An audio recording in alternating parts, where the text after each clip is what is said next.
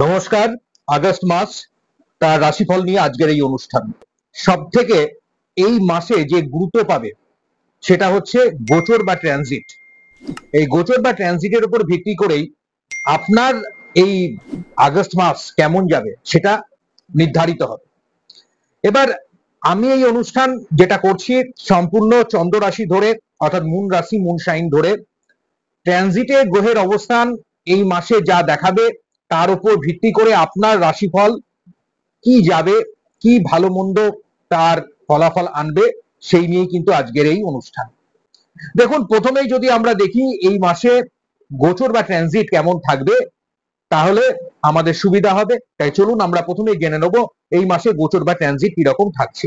দেখুন, major transit বা যে বিষয়টা সঞ্চার যেটা আছে, যার মধ্যে বুধের মার্গী গতি লাভ হবে। 1 থেকে 10 তারিখ পর্যন্ত বুধ বক্র গতিতেই থাকবে কর্কট রাশির ঘরে। তারপর 11 তারিখে বুধের মার্গী গতি লাভ হবে।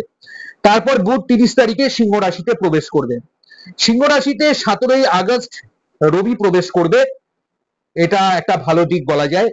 কর্কট রাশিতে শুক্র প্রবেশ করবে 21 তারিখে।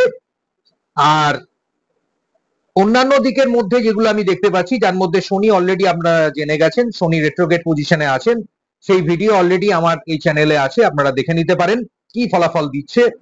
শনি থাকছে মীন রাশির ঘরে এবং বক্র গতিতে থাকবে পুরো মাস জুড়েই দেখতে পাচ্ছি। বৃহস্পতি মিথুন রাশিতে, আর কেতু থাকছে সিংহ রাশিতে, মঙ্গল কন্যা রাশিতে থাকছে, আর রাহু কুম্ভ রাশিতে পুরো মাস জুড়ে আমরা তার ফলাফল পাবেন।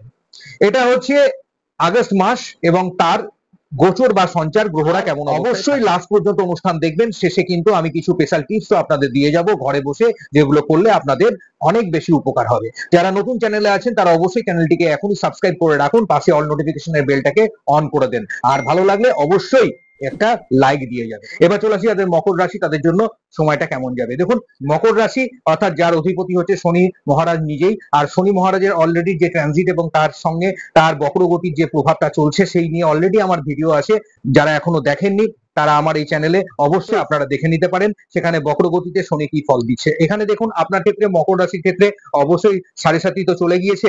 এবার কিছু কিছু ক্ষেত্রে আপনার মাথার লোড, মাথার চাপ আপনার তুলনামূলক কমবে, কিন্তু শনি আপনার রাশির অধিপতি থাকার কারণে এই সময় স্বাস্থ্যের দিকে, হাড় নার্ভ শিরা এই সংক্রান্ত বিষয়ে একটু নজর দিতে হবে। কারো যদি এই সমস্যা থাকে সেগুলোর দিকে একটু নজর দেবেন।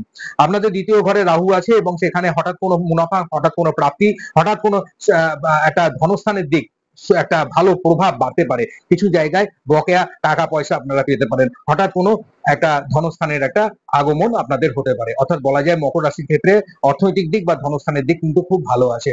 নতুন কর্মের যোগাযোগ আপনাদের বাড়বে। যারা কাজে কর্মে আছেন তাদের ক্ষেত্রেও সময়টা ভালো। কোনো কারণে বদলি সংক্রান্ত ইনক্রিমেন্ট বৃদ্ধি বা এই সমান সমস্যাগুলো যেগুলো চলছিল সেগুলো শর্ট আউট হয়ে যাওয়া, একটা সলভ হওয়ার একটা রাস্তা দেখবেন আপনারা এই মাসে খুঁজে পাচ্ছেন। আপনাদের পারিবারিক রিলেশনশিপ ভালো থাকবে, আর প্রেম জায়গা যারা প্রেমের রিলেশনশিপে আছেন তারা একটু বুঝে শুনে পা দেবেন। অর্থাৎ সেখানে কিন্তু হতে পারে কোনো ভুল বোঝাবুঝির কারণে সেটা একটু প্রবলেম ক্রিয়েট করতে পারে, এদিকটা আপনাকে নজর দিতে হবে।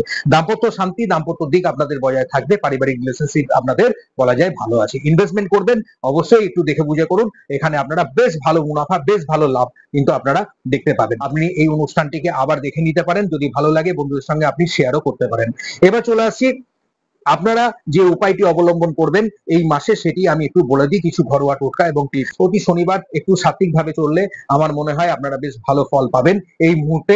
আর আরেকটা কথা, আপনারা একটি মাটির প্রদীপ জ্বালিয়ে দেবেন ঘরের দক্ষিণ দিকে, এবং সেটা আপনি সর্ষের তেলেরই প্রদীপ রাখুন, তাতে একটু কালো তেল দিয়ে দেবেন। প্রদীপটা ঘরের ভেতরে বা বাইরে আপনি দক্ষিণ দিকে মুখ করে জ্বালিয়ে দেবেন। দেখবেন কতটা ভালো ফল বাস্তুর জন্য আপনারা পাবেন, মানসিক দিকে অনেকটা শান্তি আপনারা পাবেন। হনুমান চল্লিশাটি অবশ্যই পাঠ করতে ভুলবেন না, আর নবগ্রহ স্তোত্রটিও কিন্তু আপনি পাঠ করবেন।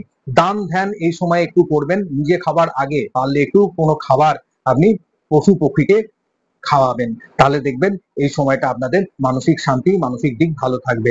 মেডিটেশন বা ধ্যানটা প্রতিদিন অন্তত 5 থেকে 10 মিনিট করবেন উত্তর পূর্ব দিকে মুখ করে। এতে আপনাদের দেখবেন মানসিক শান্তি আপনাদের বজায় থাকবে। বিভিন্ন দিক থেকে আপনাদের সুখ শান্তি সমৃদ্ধি আমি পরমপিতার কাছে প্রার্থনা করছি। যে উপায়গুলো আমি বললাম সেই উপায়গুলো অবশ্যই অবলম্বন করুন। আরো বিস্তারিত যদি জানতে হয়, নিজের জন্মছককে আপনি যদি বিচার বিশ্লেষণ করাতে চান এবং আমার সঙ্গে যদি যোগাযোগ করে কনসালটেন্সি নিতে চাইছেন, তাহলে অবশ্যই স্ক্রিনে দেওয়া নাম্বারে যোগাযোগ করবেন। আপনি বুকিং করে আপনি কনসালটেন্সি নিতে পারবেন। তাছাড়াও আমি সরাসরি আপনি যদি চেম্বারে আমার সঙ্গে যোগাযোগ করতে চান, তাহলে চেম্বারের ঠিকানাও আপনার দিয়ে দেওয়া থাকলো। ভালো থাকবেন, সুস্থ থাকবেন। অনুষ্ঠান ভালো লাগলে অবশ্যই একটা লাইক করে দেবেন।